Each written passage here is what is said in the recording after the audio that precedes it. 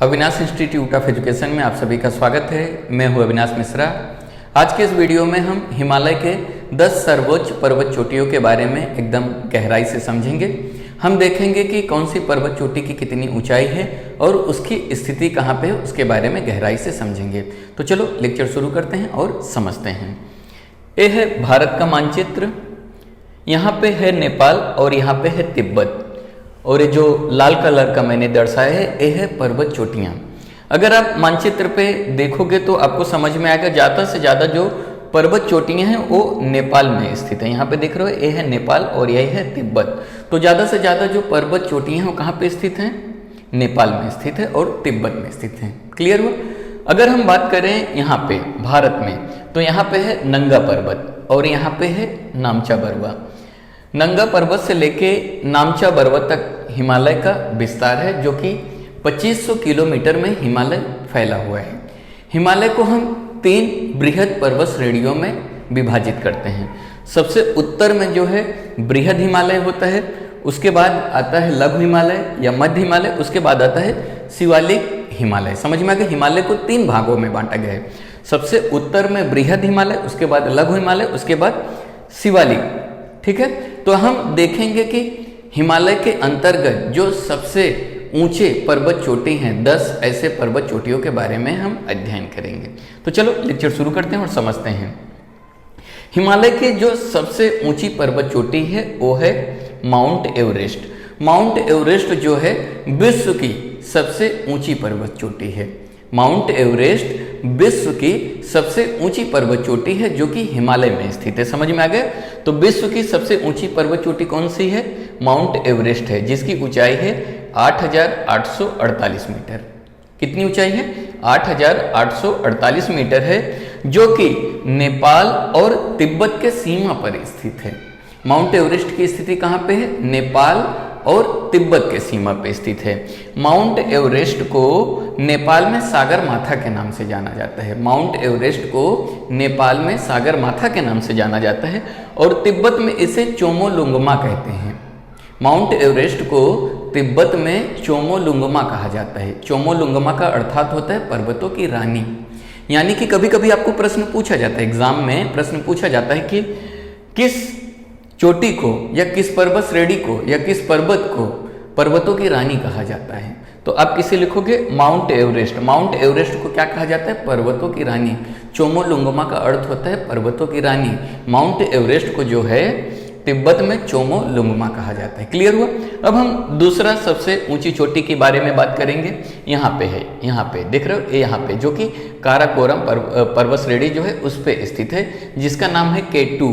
K2 को हम लोग गॉडविन ऑस्टिन कहते हैं, जो कि हिमालय की दूसरी सबसे ऊंची चोटी है, जिसकी ऊंचाई है 8,611 मीटर।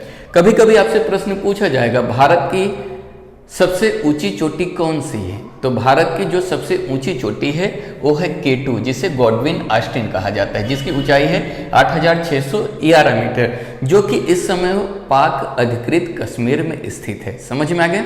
अब हम चर्चा करेंगे हिमालय के तीसरी सबसे ऊंची चोटी कौन सी है। तो हिमालय की जो तीसरी सबसे ऊंची चोटी है वो है कंचनजंगा। समझ में आ गया? कंचनजंगा की स्थिति कहाँ पे है?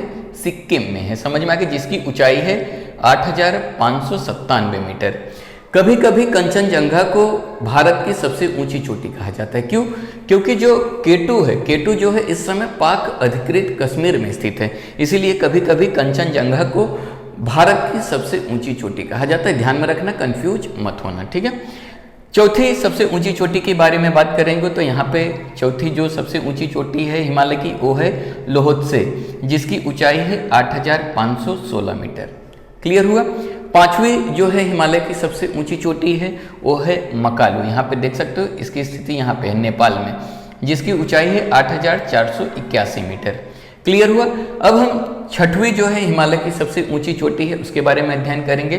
तो यहाँ पे है हिमालय की जो छठवीं सबसे ऊंची पर्वत चोटी है, जिसका नाम है चोयू। क्या नाम है? चोयू, जिसकी ऊंचाई है 8,201 मीटर। किलोमीटर नहीं, मीटर है। समझ में आ गया?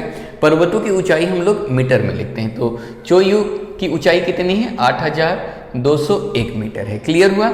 अब हम सातवां देखते हैं। सातवां जो है धौलागिरी है। हिमालय की 7वीं जो है सबसे ऊंची चोटी है वो है धौलागिरी, जो कि यहाँ पे स्थित है, नेपाल में स्थित है। समझ में आ गया।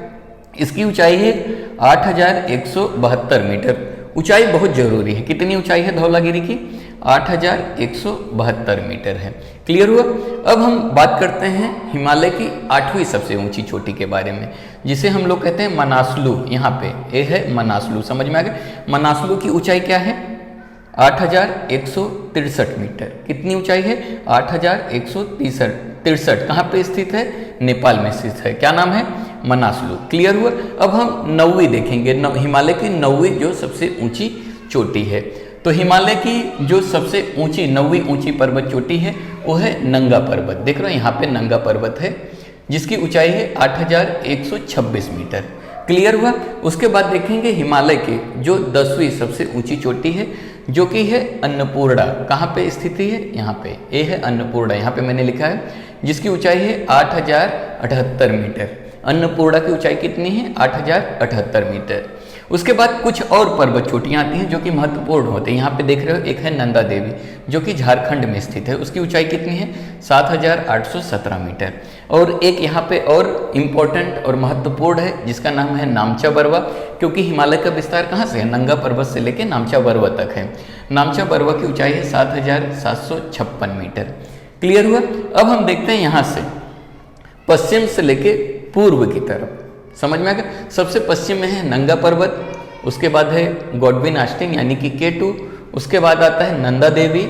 समझ में आ गए। उसके बाद आता है यहाँ पे धौलागिरी, उसके बाद आएगा अन्नपूर्णा, उसके बाद आएगा मनासलू, उसके बाद आएगा चोयू, उसके बाद आएगा माउंट एवरेस्ट, उसके बाद आएगा लोहोत्से, उसके बाद आएगा मकालू, उसके बाद आएगा कंचनजंगा, और उसके बाद सबसे पूर्व में जो है नामचा बरवा। सबसे पूर्व में जो है नामचा बरवा स्थित है, और सबसे पश्चिम में जो है नंगा पर्वत स्थित है।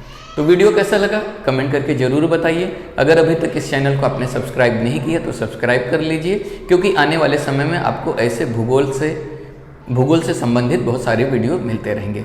वीडियो देखने के लिए धन्यवाद।